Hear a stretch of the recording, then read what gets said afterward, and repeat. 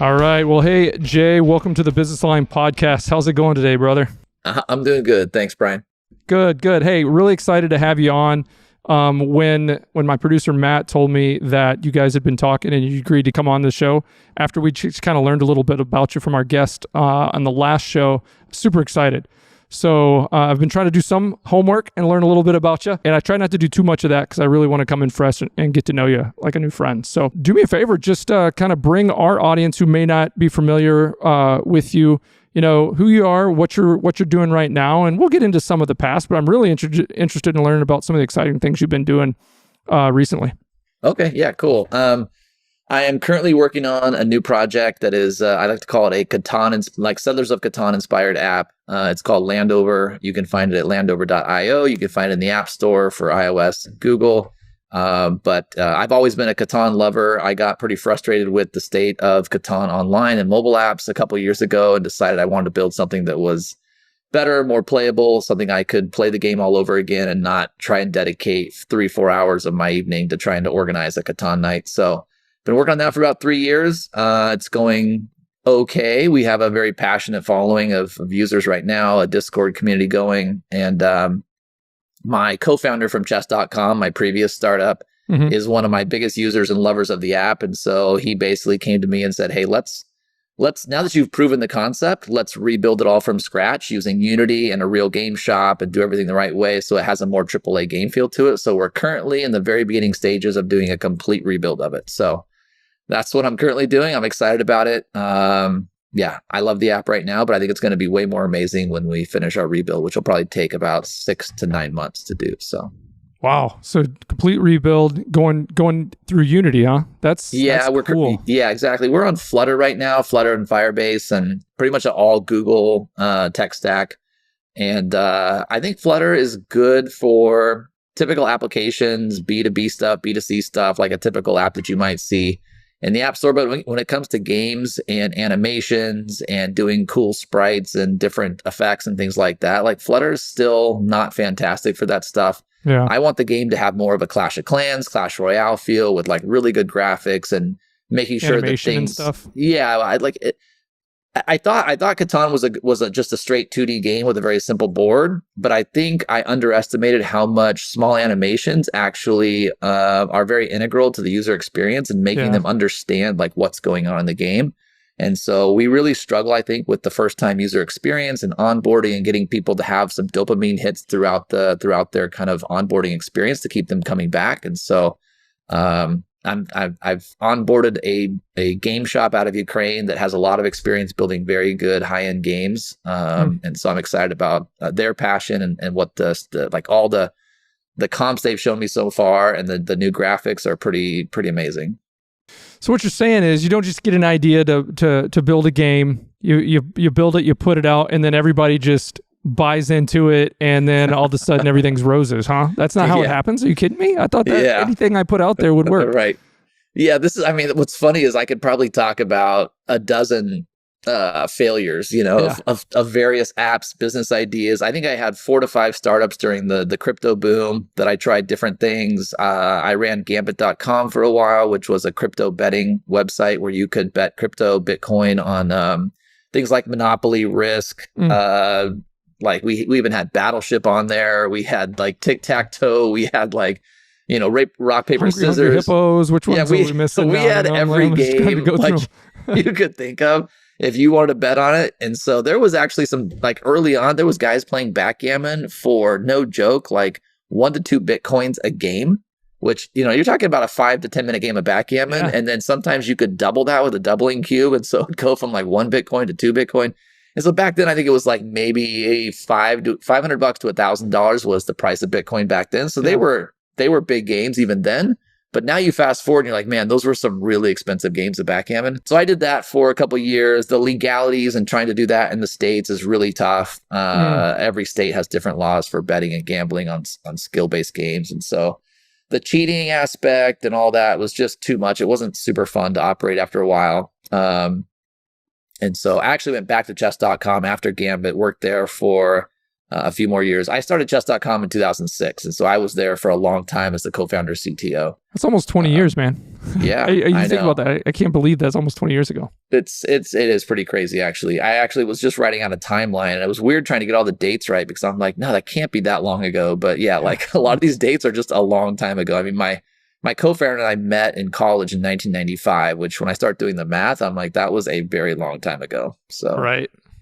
Yeah, I see these things online all the time. It's like, it'll be like a Nintendo game or a video game is like what you think games look like 20 years ago, and it's a game from 40 years ago.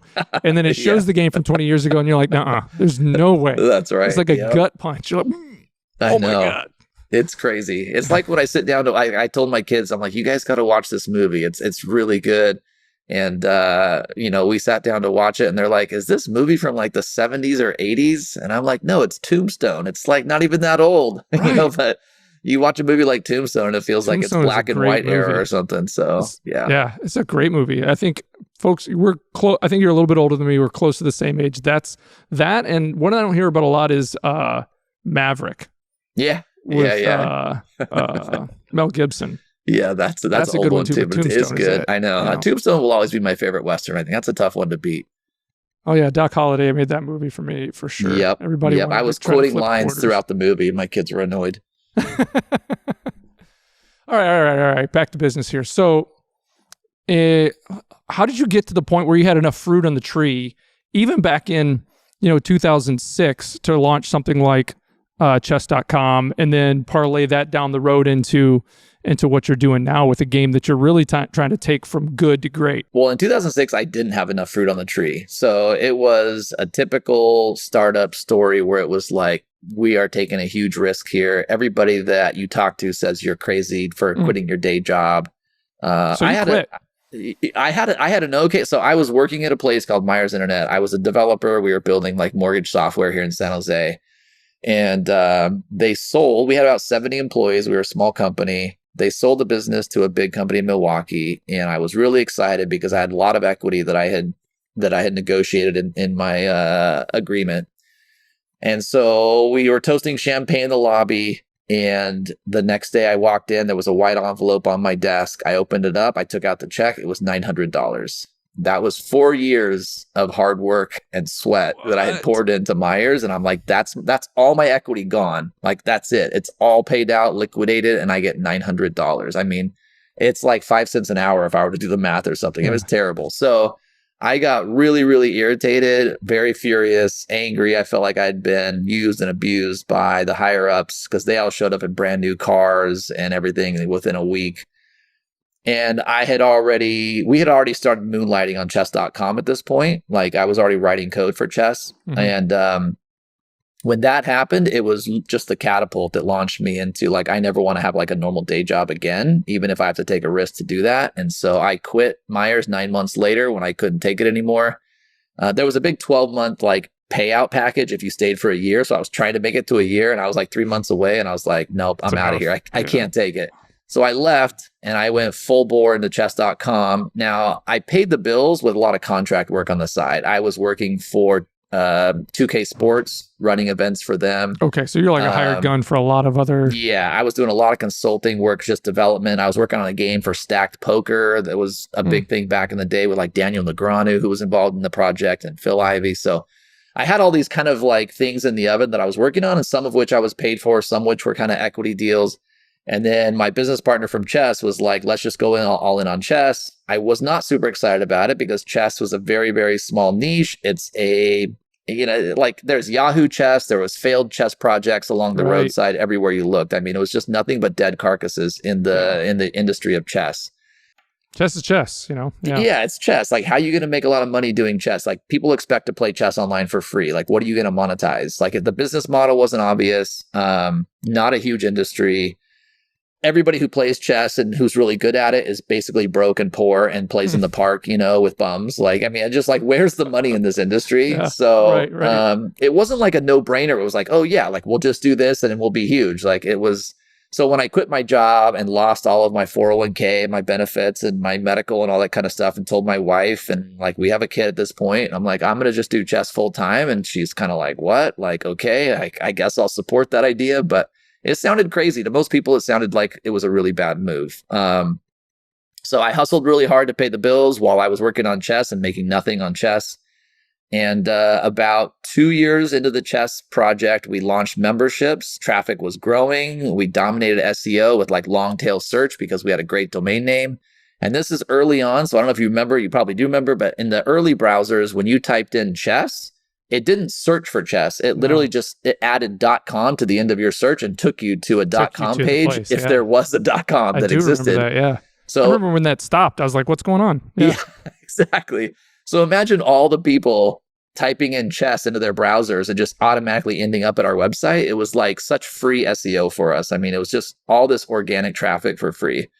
So all we had to do was execute on all that traffic and somehow turn it into a real business. And it took a while. Like, it was kind of like, what are we going to offer as premium services? And once we kind of figured out, it was all around the learning tools and tactics trainers and lessons and videos. And those will all be kind of pay to play products, and the playing will be free. People started subscribing and buying like our yearly memberships. For a while, we had a lifetime membership for like $500, and a bunch of people bought that. And like that's the best deal they ever got, because we turned those off pretty quickly. Just a little influx of cash and turn off. Yeah, exactly. So it wasn't like there was a cushy moment in my life where I'm like, oh, I've got time to like do a startup and I could pay no, it was like hustle, work on the side, and then work on chess as many hours as I could, go to bed super late, do it all again the next day. And so it was a while before it felt like we had turned the corner and chess.com was making enough money to actually start taking a salary. The salary that my partner and I took was $150,000 a year salary, and we never got a raise. So living in San Jose in the Bay Area, it's a mediocre salary. I was going to say, that's not much where you're at. Yeah, for a developer / CTO, like founder, like these were very modest salaries. But we, our whole plan was make the money on the equity. Like, let's just keep building up the company until the equity's worth something. So, man, it's crazy. So you eventually exited chess.com. Yeah, so I was there. I kind of took a couple breaks. So in 2011, Eric and I were looking at chess.com thinking, okay, it's a pretty good company. It's generating a lot of cash. We're able to pay ourselves money. We're able to hire people. Like, we never took on any debt. So it was definitely a nice cash business. And we just realized that, like, okay, chess is going to be a small niche. It's never going to be this huge $1 billion business. And so let's go kind of like take what we've learned, copy paste a lot of our tech, and do it in a bigger industry. And chess.com was more than just chess. It was like a social networking platform with chess tools on top, because it had social media. It had social friend stuff, photo sharing, blogs, articles, all the stuff that you would normally have in a social networking site. So we were kind of like Facebook with like chess on top of it, as far as all the tech that we had built. And so Eric bought exercise.com for $500,000. We raised $2 million from angels and friends and family, and opened up an office in Mountain View and did like the real startup experience, and did that for 2 years. And meanwhile, chess just kept snowballing, and it was just like, man, chess is growing like crazy, and we're trying to split our time between exercise.com and chess.com. And after 2 years and the money was starting to run low, I mean, we had some big wins with exercise. It wasn't a total failure. We were on Dr. Phil, and we got some partnerships with like Lucerna and Abbott Labs. Like, some cool things happened during those 2 years, but the business got very boring and uninteresting to Eric and myself, because it was very B2B, and we were almost like a SaaS company after a while, and instead of like a B2C where we were actually offering consumers really interesting experiences. We wanted to kind of become like the P90X of online exercise, and it just never really panned out. We learned the hard way that people hate exercising. Like, people like playing chess, but people hate exercising. And so like, it's such a love-hate relationship. It's such a love-hate relationship. Like, and the older you get, with some of us, it's like I love to get after it, but then the next day I'm like, what was I thinking? I'm coaching my son, 13 to 15-year-old baseball league right now, and I threw BP before the game for 12 boys, a bucket each, and my back of my shoulder still feels like I got assaulted. It's bad. No, it's true. Like, I try to work out every day. I do, but the thought of working out, I hate. And then once I'm doing it, I feel pretty good. Right. You get the dopamine hit, and you're like, okay, this feels good. You find some good music to listen to, and it's like, it's definitely a stress reliever. But there's so many things when you're going to get back in there. They're like, you don't need to do that. Yeah, just don't miss today. Just take one day off. Right. Just 2 days off. Just a week off. Just a month off. And all of a sudden you're like, what? And then the next thing you know, membership? Yeah, exactly. You look at the dusty treadmill in the corner and you're like, I've owned that thing for 5 years and I've been on it once. So that was part of it too, is it just felt like we were trying to sell packages to people that we knew in our minds the majority of people were never going to use. Yeah. It's like selling gym memberships. It totally is. Like you're like, get them in, get them excited, sell them the yearly membership, and then just they'll never come back, and don't worry about it. We don't really care if you come back. Right. You know? Because you got it. Yep.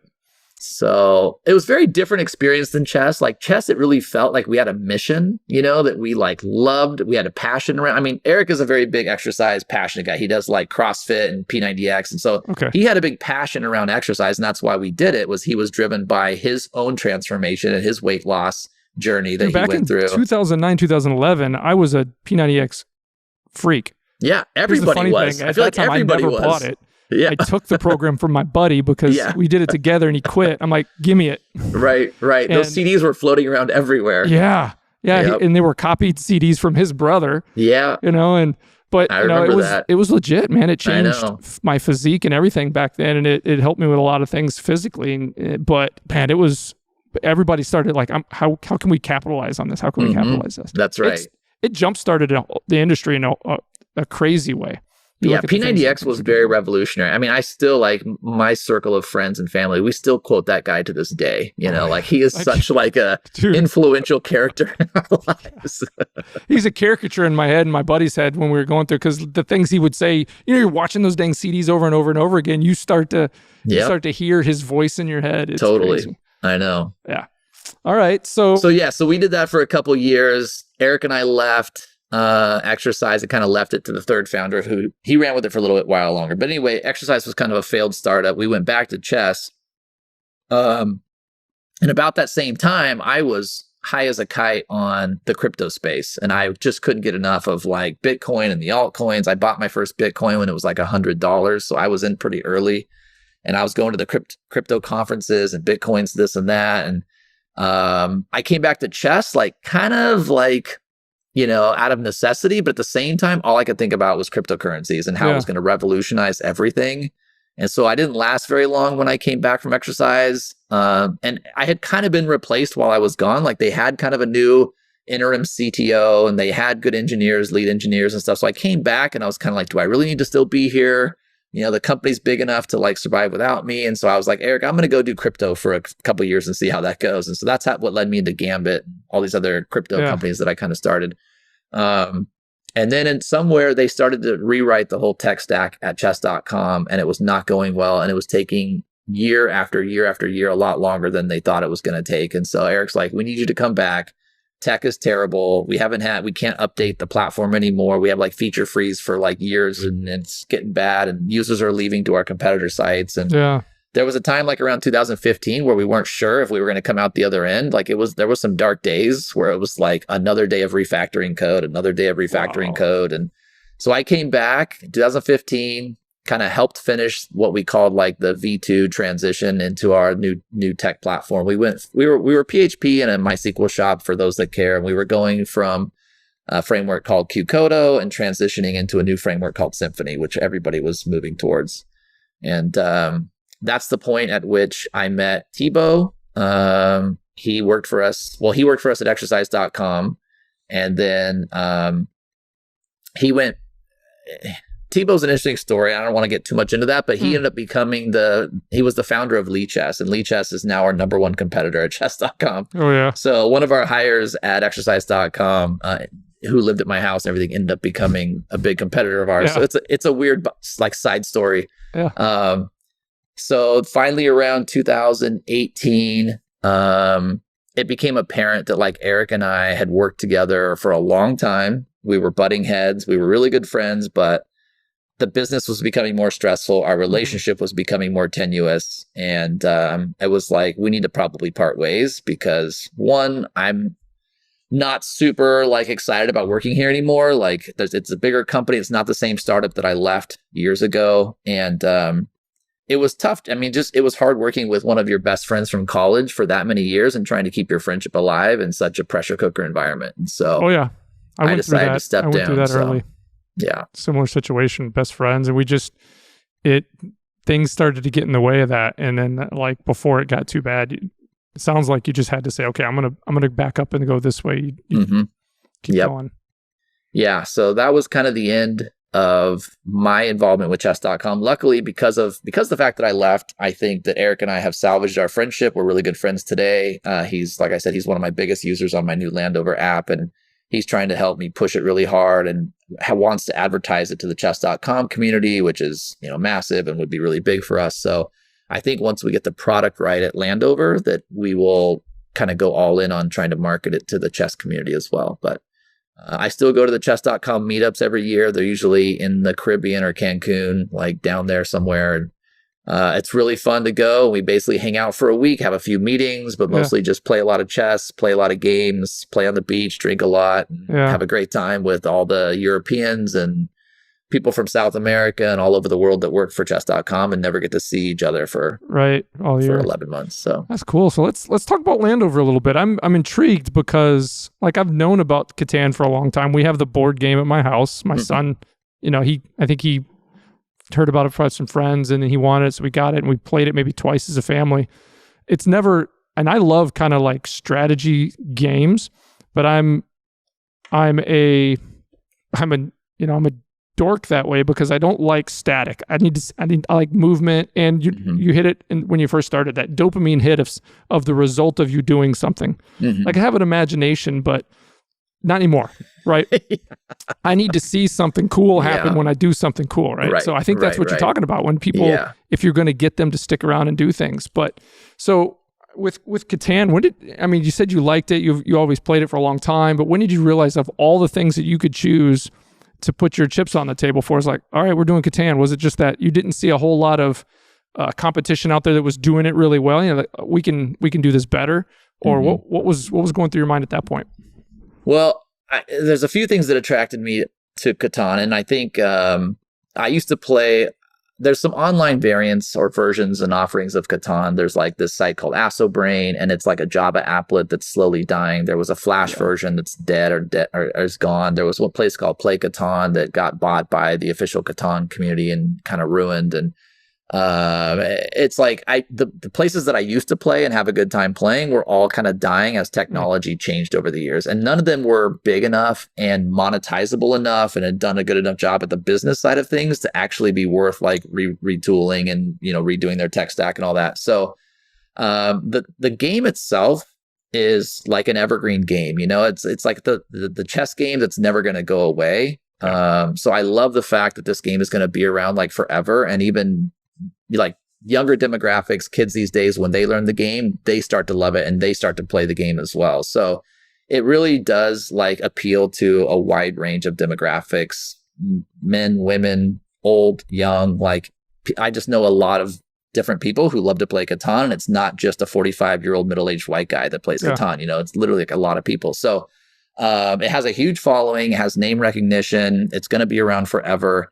And with all of those things going for it, the mobile experience was terrible. And I was like, I just want to be able to play on my phone wherever I'm at with my buddies.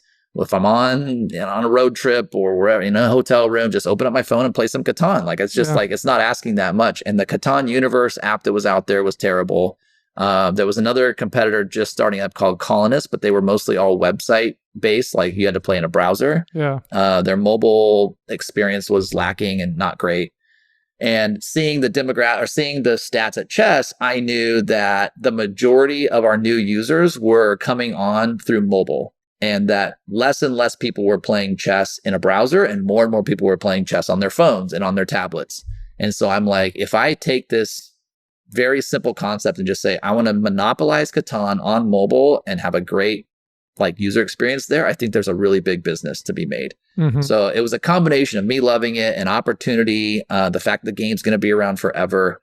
There was a lot of factors. I was also inspired by Magic the Gathering and what an amazing game that is. Like, the core game is so amazing. Like, just the game mechanics are really, really cool.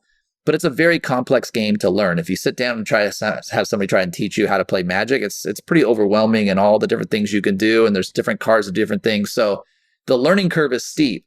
And Blizzard comes along and launches Hearthstone. And it's like all of a sudden Magic goes from appealing to a very small niche of eccentric nerd types to all of a sudden appealing to like the majority and a massive amount of people, millions of people flock to Hearthstone. And it's like one of Blizzard's biggest hits ever. Yeah. So how was that possible? It was possible because they simplified the game. They simplified the learning curve.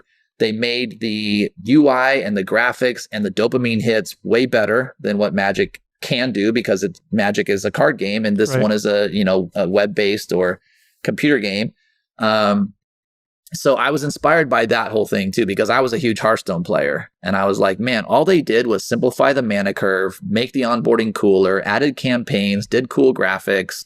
And all of a sudden, the same base game of like digital card game or collectible card game was amazing. Yeah. So I thought that Catan, the same thing could be done if I could just change the mechanics a little bit, change the rules just enough so that people could come on board, learn the game, that it could be a real big win. And so the major changes that I made to Catan was I wanted to be able to play like, if you sit down to play a game of Catan, it's going to take you 3 hours, right? Like on average. Yeah, that's one of the things. Like same thing.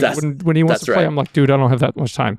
He wants to play like nobody has that Pokemon. much time. He has a gazillion Pokemon cards, and he taught me how to play. And I'm like, it's fun-ish, but I'm like, if we play, we're gonna be down here for hours. Exactly. And that's on me because he wants to spend time that way, but still. Yeah, it's a big in 1985, playing 3 hours of a game sounded pretty cool. But in 2020, nobody wants to spend 3 hours playing a game. Like it's just our minds are just like, go, go, go, go. I've got a million things I got to get to. So like our attention span has definitely dropped.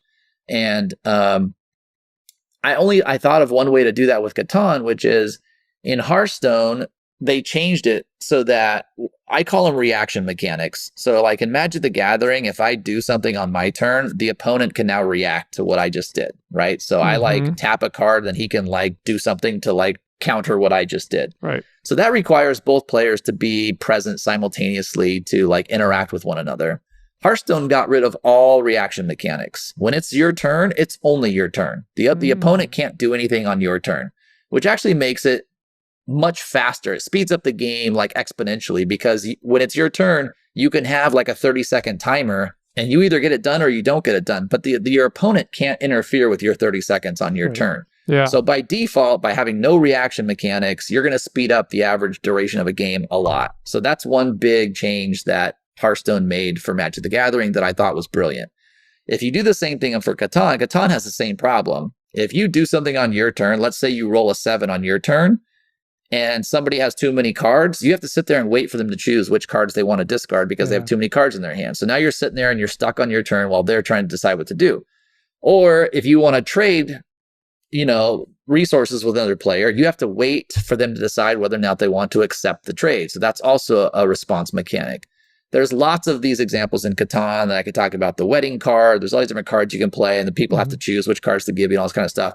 And I'm like, I think we could have Catan without any reaction mechanics, response mechanics. And what that allowed me to do is it actually allowed me to create a form of Catan called daily games. We have the same thing at chess. It's basically spawned from this idea of a correspondence game of chess where I mail you my move in the mail, like snail mail back in like the 1960s, and then somebody would mail you their move back. And people would play chess called correspondence chess over months and months and months as they would mail their moves back and forth. So speed up to like, Words with Friends and these other games, like where you kind of take your turn and you pass it to the next player. These are all forms of like correspondence or daily games. And by removing all response mechanics in Catan, I can now play on my phone like 50 games at the same time.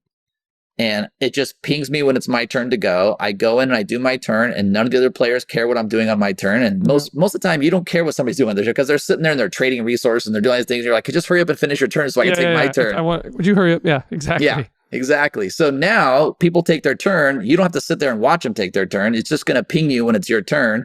And so when I open up my list of games, it'll show me my 15 games. Here's 4 that it's my turn to move in. I can go in and make my turn in all 4 of those games. And then I can close the app and come back in an hour when it's my turn again. And so now me and my buddies, my friends, my family, we don't have to organize game night. We can just start a bunch of games and we play when we have time. We play when we're in the bathroom. We play when we're in the car. We play wherever. And it's beautiful. It's just like a much better, more efficient way of playing Catan. You still get the same overall Catan experience. The overall strategy is still there. And most people that play Landover will just be like, the game is so much more superior than Catan ever was. And that's because I wasn't bogged down by the physical aspect of the game. I didn't have to worry about like, how many chips do we have? And there's all these rules we have to conform to. So my game is not like a Catan purist approach, where it's like, we're going to follow every Catan rule. I took a lot of liberties. I changed a bunch of rules. I simplified some things down. And honestly, I think it's just a much better game. So what is it about a game like Catan, a Catan style game, and that you've created in Landover and made some improvements to fit the medium you're using? What is it about that? Like, I've been playing games my whole life, and it's funny when you're young and you go through teens and stuff, the only thing you want to do is, man, I wish I could do this for my whole life, right? Mm-hmm. And then you get old and your sight starts to go, and like 10 o'clock rolls around. When you were younger, you'd be playing until 3 a.m, right? Mm-hmm. If you had free time. Now you got family and things like that. But what is it about a game like Catan? Because you take any other type of game, the goal that you're shooting for in a game where you're playing by yourself, I want to beat this game, right? Mm-hmm. I want to beat this game. So that's my motivating drive. In a competitive game, like let's say a sports game, you want to dominate your competitor and have the best score at the end. So that's driving you to keep playing. What is it about Catan? Where's that loop in Catan that keeps somebody going?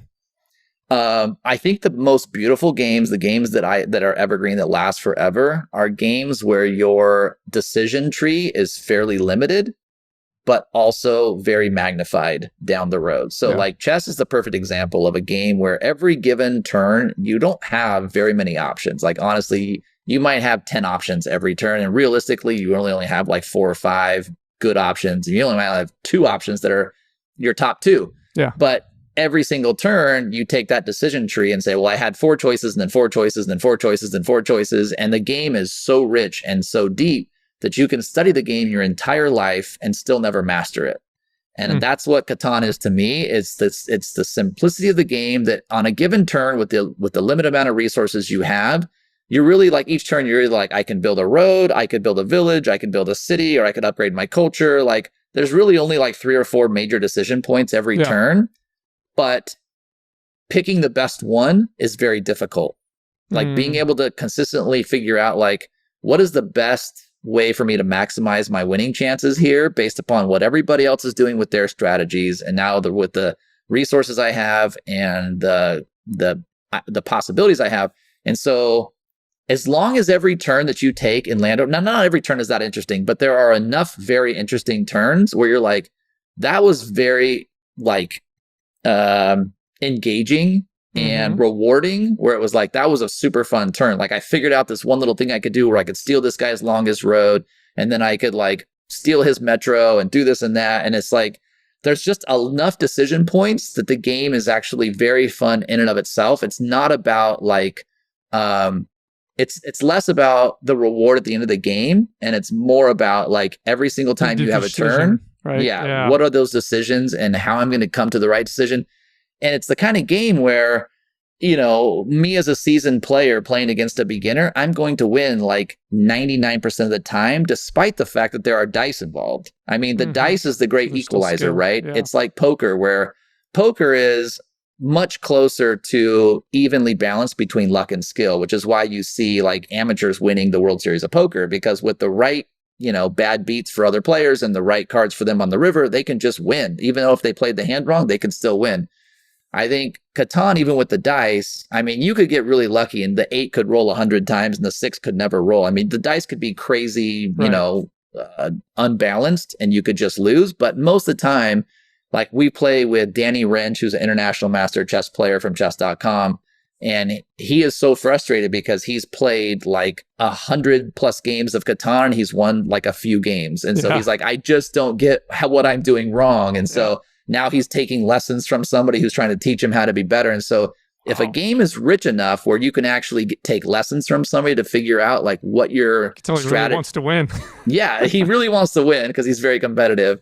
But, you know, the game has to be rich enough to where you could actually give lessons and get lessons and talk about strategy, but also simple enough at the same time. And I think Catan did a really good job of balancing the simplicity of mechanics with the richness of long-term strategy. And so the game, I think that's why people are drawn to it and love it so much and keep coming back. So I don't know. I guess that's why I love it. It's, like I've been looking forever for mobile experiences that give me the type of joy that old school game experiences give me. But I don't know what it is. Is it about that I'm playing on the small screen, or that the way you interact with it, or what it is? And I've never been a big and like my wife, I think she plays more games than I do because of her phone. She's always on a puzzle game. You know, she's puzzle. And I'm like flipping through. Even if I try to find those old experience in mobile form, I'm like, it's not the same. I don't know what it is. Maybe like kind of little shoot 'em up type of games that I'm used to from when I was a kid. Those tend to work pretty good for me, but I'm gonna give it a shot. I'll give everything a shot. You know what's funny though, Brian, is I think like I'm the same way as you. Like when I was younger, I used to play a lot of RPGs. Like I had, like you said, I had an imagination. I read a lot of fantasy books. I read a lot of like D&D type stuff. Yep. And then I would play, I'd play like Bard's Tale or Might and Magic or Ultima or all these games, and just basically I felt like I was in a different world. Yeah, even though it looked like barely pixels back then. It was terrible. In our minds, it was like this thing was happening for real, right? It was amazing. Go back now, it's not the same, but still back then that was it. Right. Yeah. And as I've gotten older, especially, so I was a competitive StarCraft player like Wayne was, right? And there was a turning point in my gaming career or gaming timeline where all of a sudden single player games do not interest me at all anymore. I can't get any fun out of going through a campaign. To this date, I've still never done the StarCraft campaign ever. Like I've only do multiplayer StarCraft.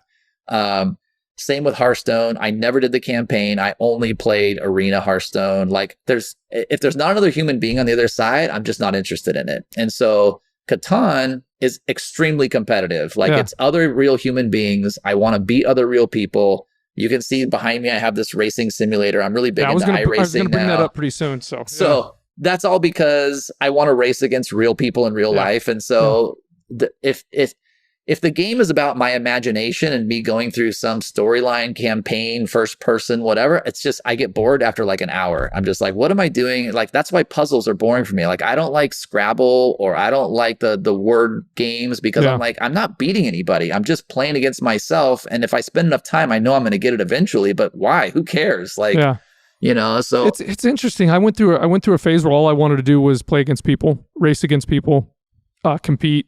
And then I don't know whether it was just age or time. I think what it was time. What was happening is right around like my third or fourth kiddo, it was, I've got this little hobby that I like to sit down and play a game at the middle of the night. I'd get on with my buddies on Xbox Live or on computer or whatever, it was, and we'd spend hours. Right. Yeah. And just, playing and playing. And it was great. But then that dwindles. And then what I found myself is I got so protective of that little bit of time that I had left. I'd jump online, and because I wasn't putting that type of time in anymore, my skills had just depleted. And I'm just getting worked by everybody. Yeah. And it turned into frustration. It's like, I just spent the last 2 hours of my time, just embarrassing myself. Yep. So I'm just gonna regress back a little bit, even though it was necessarily regress, some really, really good single player experiences back to that. And then then in that vein, those games started getting so long, and the as a service model worked itself into those so much with kind of transactional type of gaming that they would artificially enhance the length of games in order to get you to spend more time in those worlds. That was so frustrating for someone of my age. I could see, whatever, but I think that's like the middle-age crisis that every competitive gamer goes through, though. You know, like I used to be best in the world at StarCraft for like a short amount of time. And then all of a sudden you're not the best anymore. And then you're not even the top 10 anymore. Then you're not the top 100. And then all of a sudden you're just like, I'm not even competitive anymore. Right. And every game you play, it's nothing but frustration because one, StarCraft is a highly stressful game. You're doing just a million clicks and button mouse movements, a minute. And so it's all about your APMs and how much you can actually input to the computer. And so you're just like a cyborg when you're playing. Right. And after a while, I was like, I hate this game. Like, I am so stressed. Like, it is the peak stress for 25 minutes solid. When I'm done, I'm just like sweaty. I'm exhausted. I'm like, it wasn't even fun anymore. It's just like, why do I play this game? And so I kind of retired from games that required that level of. So I had a big problem with Blizzard because I thought StarCraft in the beginning was a great strategy game where speed was important, but it wasn't everything. Yep. And it was all about macro and less about micro. And then they came out with like Dark Templars, and they came out with these different units that required micromanagement on a level that was ridiculous, where it was like every battle, if you weren't controlling every single unit in that battle, you were losing that battle. Yeah. And so it changed for me from a macro strategy RTS to like a micromanagement strategy RTS. And I think it's because they were trying to target like the upper echelon of like the hyper competitive player who has 400 APMs and has no problems micromanaging while they're building at their base and going back and forth. Some people can do that, and I wasn't bad, but it was not fun for me. It was just not fun to do that because now it's like not about. It wasn't that it lost the rock paper scissor element to it, where it was like, let's go scout and observe and see what they're doing and try to counter that with some other unit. It was just like hyper micromanagement of every single unit, and it was just kind of ridiculous. And so I kind of got away from StarCraft for those reasons because it wasn't fun. It was too stressful. And then I started playing other games like first-person shooters, and I loved those for a long time. Was really big into a lot of FPS games on PC and fairly competitive, like not world champion level stuff, but I was good. And then I got into League of Legends, and I've played that for like over a decade. I've been a big League of Legends player. But League of Legends, to me, it's still like, it's really good because it doesn't require you to have a crazy amount of mouse speed and finger clicking. Like, it's mostly about understanding champions and strategy and macro. Like, macro is so important in League of Legends.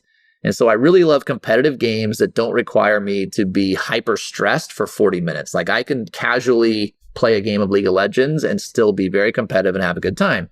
So I agree with you. There's definitely a midlife crisis where you're like, I don't have the same flick skill that I used to have. And so I can't play Quake like I used to, or I can't play Valorant like I used to, or whatever the latest first person shooter is, because my eyes and fingers just don't coordinate like they used to. I've gotten slower.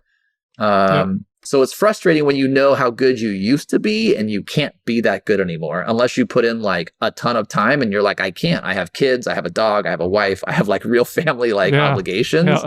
And you're playing against these 19-year-old college kids who like can put in like a ridiculous number of hours, and you're like, well, I would have beat you in my prime, but I can't beat you anymore. And so that's where the retirement thoughts start to come in, where you're like, I don't know if I should play this game anymore because it's just so frustrating. And I think, again, back to Catan gives me that super competitive strategic feel, and I can sit there and stare at my phone and think about my turn for 3 days if I want to. Yeah, you like, can put I don't it down. I can put it down. I can come back. I don't have to be fast with my mouse. It's a relaxing competitive experience for a short 5-minute duration where I'm like, I'm going to take one turn, put my phone down, So I think it really appeals to like our generation that wants to still be competitive and beat people at things, but we don't have the time to commit like hundreds of hours of honing our mechanical skills with our fingers on controllers anymore. Yeah, Landover sounds good. I'm going to check it out. So tell me about the rig behind you. How long have you been? How long have you been racing on, like iRacing or something like that, or what are you doing? Yeah, I do all iRacing. I've been doing it for about 2 years now. I started with a very basic Logitech setup, and was like, this is kind of cool. And then I bought like a small chair I could sit in, and I was like, this is way cooler now that I can sit in like a real chair. And I don't know what happened, but I was like, this is actually very fun. And I think it would be way more fun if I had like a real racing simulator. So if I slide over, like you can kind of see. Yep, I can see. Yeah. It's got like an 8-shifter. It's got like a really good, it's got a really good steering wheel on it. I have 3 65-inch TVs that surround you when you're sitting there. So you feel fully enclosed. I can't do VR. It makes me too nauseous. Yeah. But it's, it's super, super fun. The feedback is very realistic.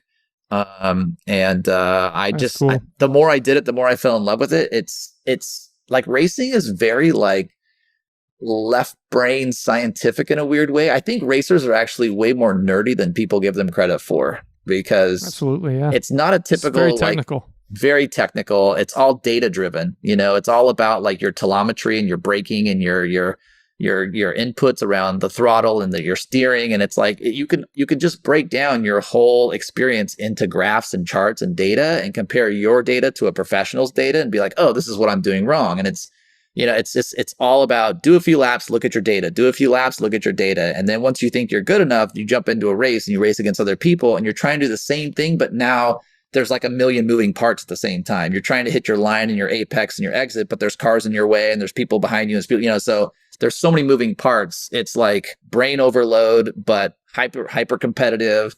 And I just get a huge adrenaline rush from it every time. Like the adrenaline rush is real. Like I get butterflies in my stomach at the start of a race, and I get rage when somebody crashes into me. I mean, oh yeah. I haven't gotten into iRacing. I haven't like put together big PC rigs, but for years I've been playing games like GT and Forza and stuff like that. And I've gone only as far as small rig kind of setup with, a console and stuff. But because there's always that, my wife's like, you really going to do that? Yeah, I've thought about it, man. It takes a lot of space. Like it takes a couple years ago, I found some plans online and I built out of thick MDF. I built an adjustable, rig that I mounted a chair to. I literally went to a salvage automotive yard? Salvage and got an old Audi S4 leather seat and mounted it to it. It was cool. That's what this is. This is like a real Sparco racing seat that goes in a car, and it just mounts right on this thing. It even has like an adjustable lever in the front where you can slide it up and back. And I'm not real mechanical. I'm a software guy, so just putting this rig together was like the extent of my mechanical skills, but it was very fun. And for a while, this starts to feel like your garage. Like I'm constantly just tinkering with things and adjusting and trying to get the feet position right. And then the software updates and it breaks. And there's so many things you can do to make the racing experience better, as far as overlays, third-party programs, crew chiefs, and all this kind of stuff. That it's a never-ending rabbit hole of fun for me. And I kind of go in waves. Every now and then there's a race on a track that I love, and so I race it all week long. And then I'm like, okay, I need to take a break, so then I don't race for a couple of weeks or whatever. But it's different than most games. Like League of Legends, I can hop on and play and hop off, and it's like not a big deal. But with racing, you have to like learn the track, study the track, do some more practice laps. It's like a full like multi-hour commitment. I do 100-lap races just so I could memorize the track. You know what I mean? Exactly.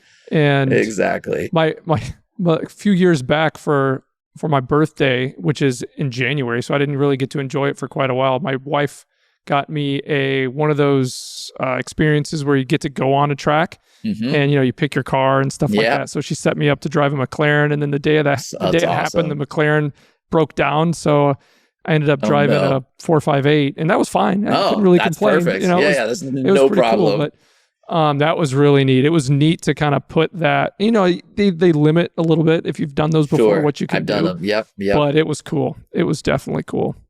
Yeah, I got so sucked into it where I thought I was getting pretty good at racing, and I had taken some online racing schools on my sim. And so then I went to like skip barber racing at Laguna Seca, and I did that for 3 days in a Mustang, and I got kind of like close. Like basically after the 3 days, you can get like your racing license for very basic races. Yeah. And then I did the BMW driving experience in Sonoma, and I just got back from Alabama at Barber Motorsports, where I did the Porsche driving school for 2 days. And Skip Barber used to have a Mazda one up here by me in Wisconsin at Elkhart Lake.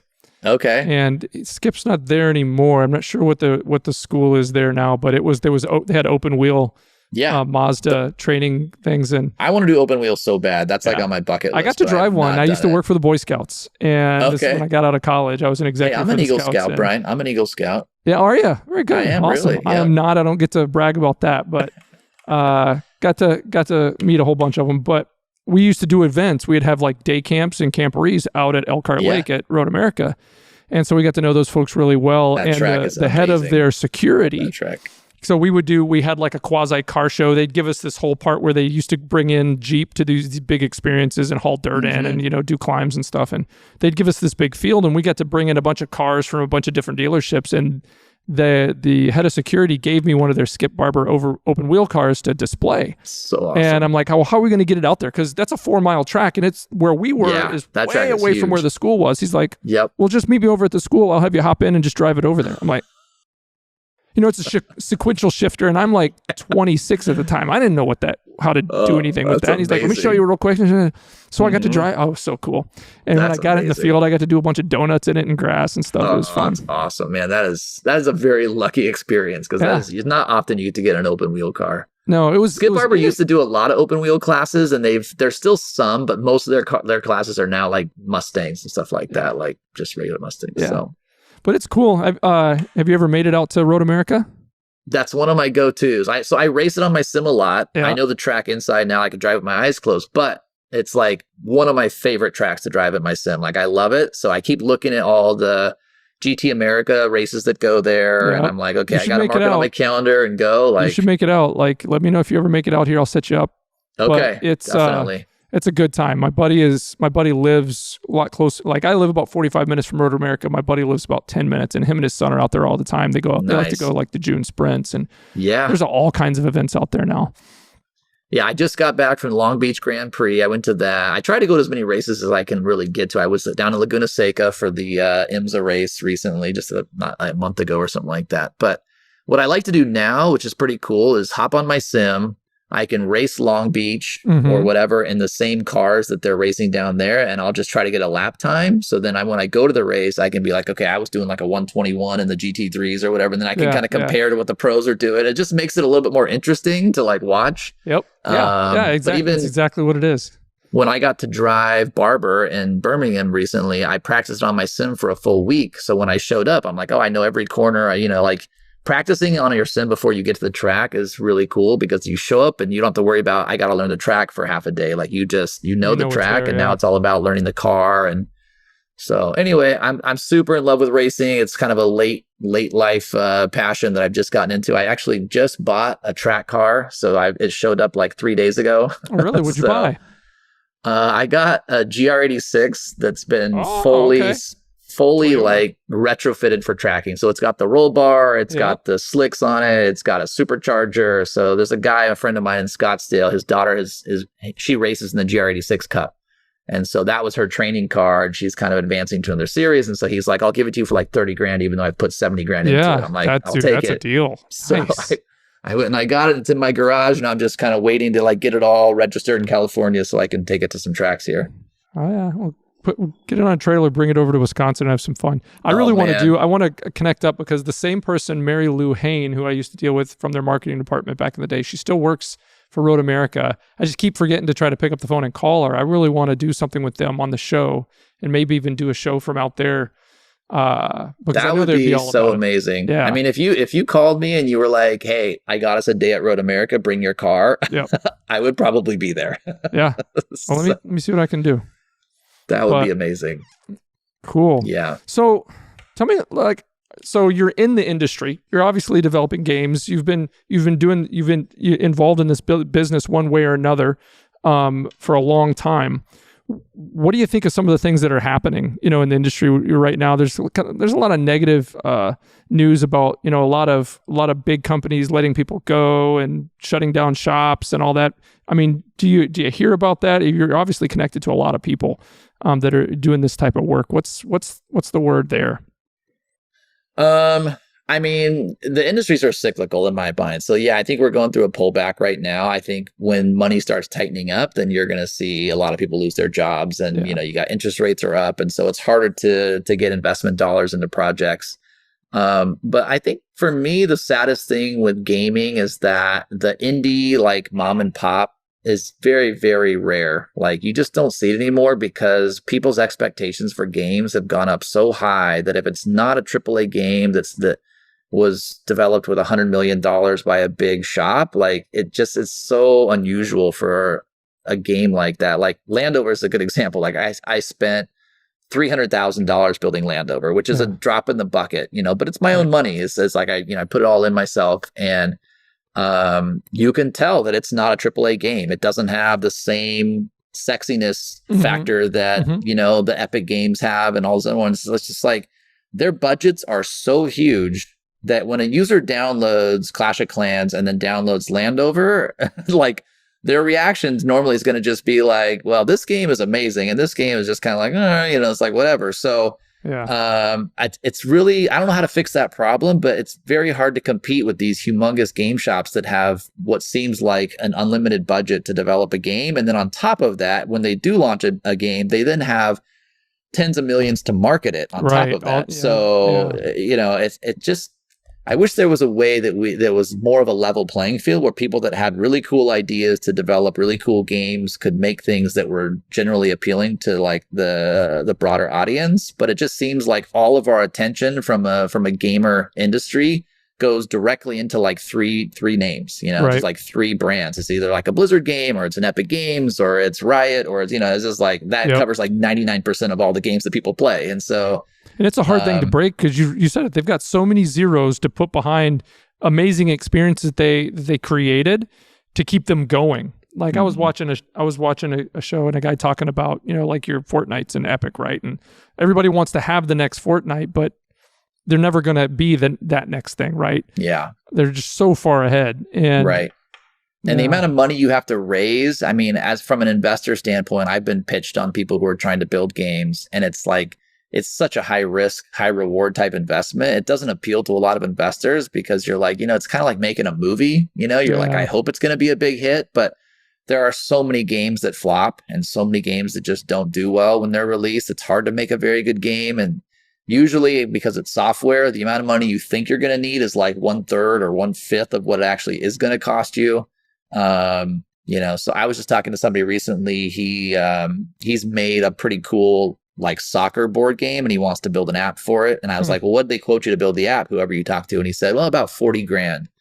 And I'm just like, that's always the case. It's always like some number between 20 and 40 grand. In reality, it's probably going to cost him $200,000 to get an app built. I mean, it's not even like the right number of zeros. So, people grossly underestimate how long it's going to take, how hard it's going to be, how much money it's going to cost. And it's not just the game. There's like all these, I was talking to the founder of AppLovin, who is, they're a really big company and they have a lot of apps behind them.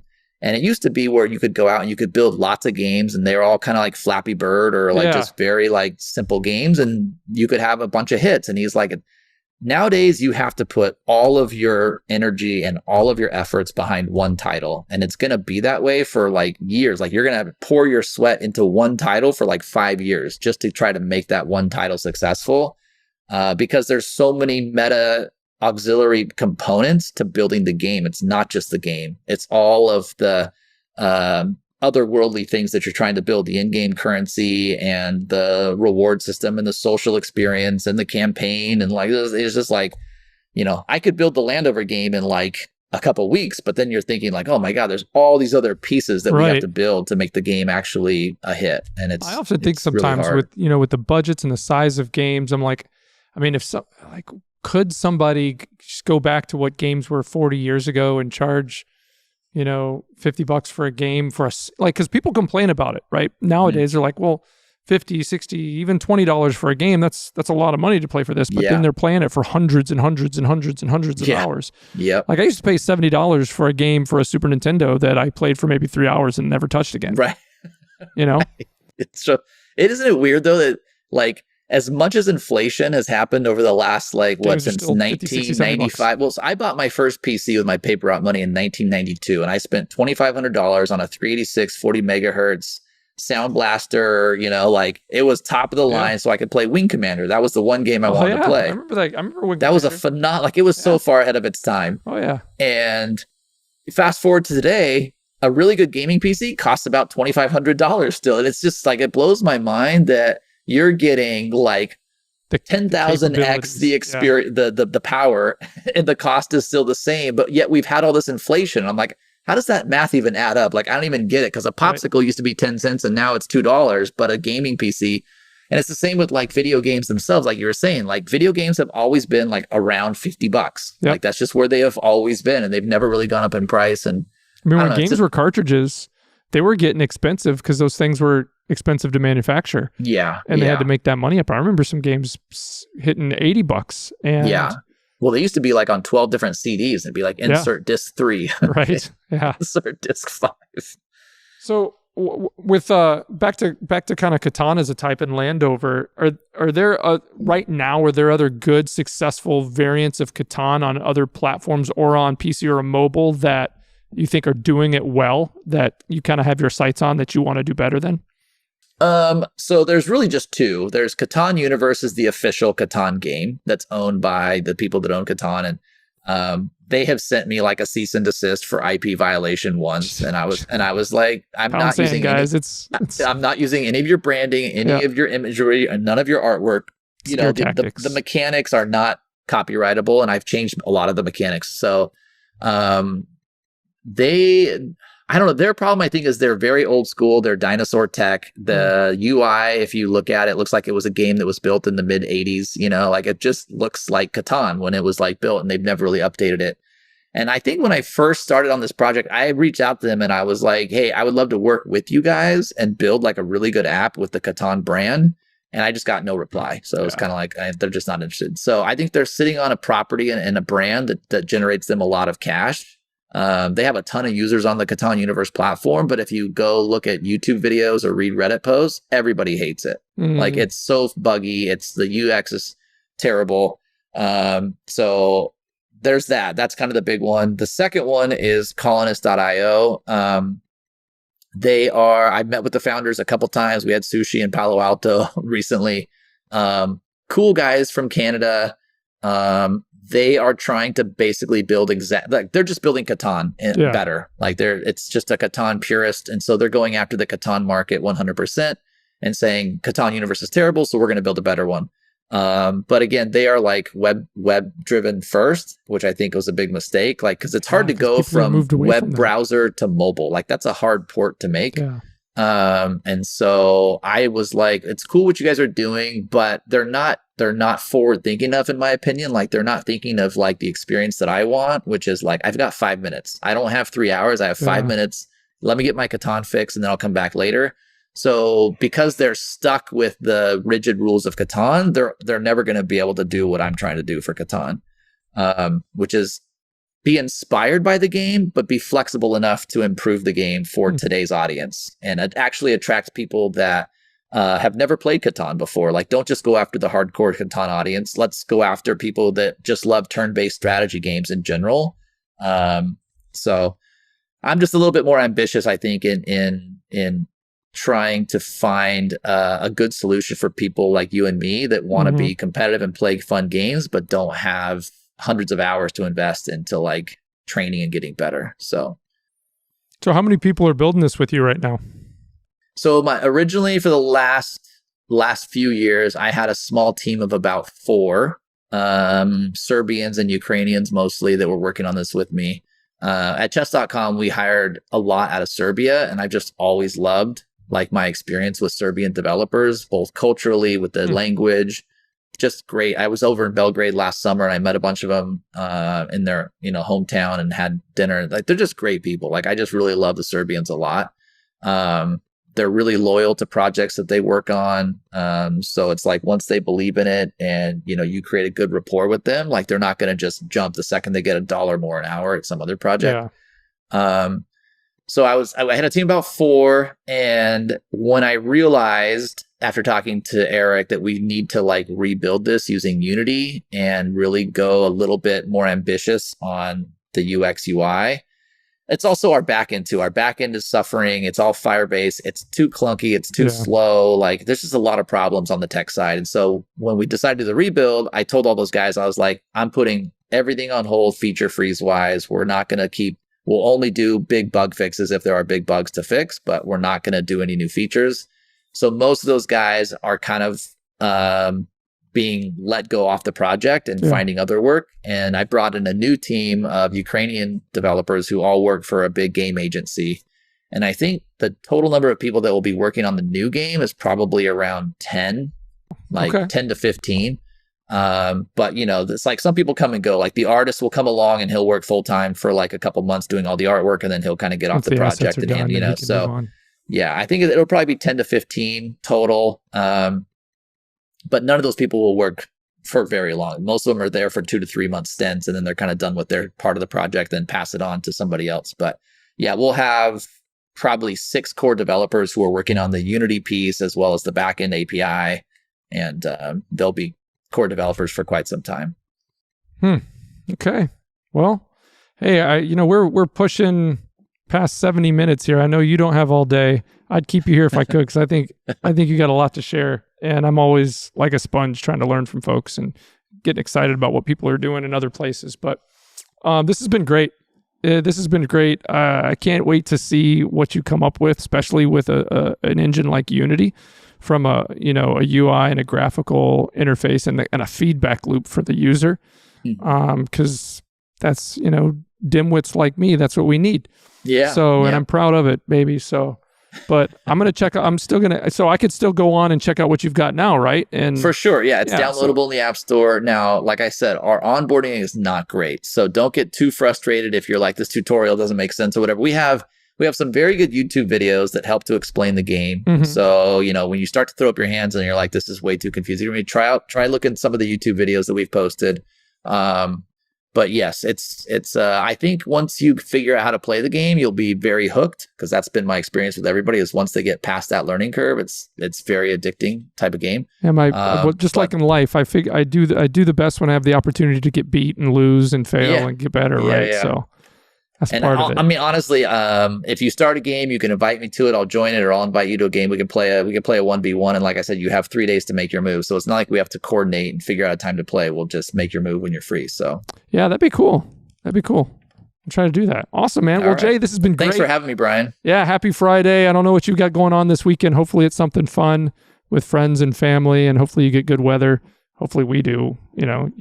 We're in Wisconsin. Weather here is great. I can't complain about the weather in the Bay Area. Yeah, right. Exactly. So cool. Well, thanks, Jay. Appreciate it. Thanks for joining the Business Line podcast.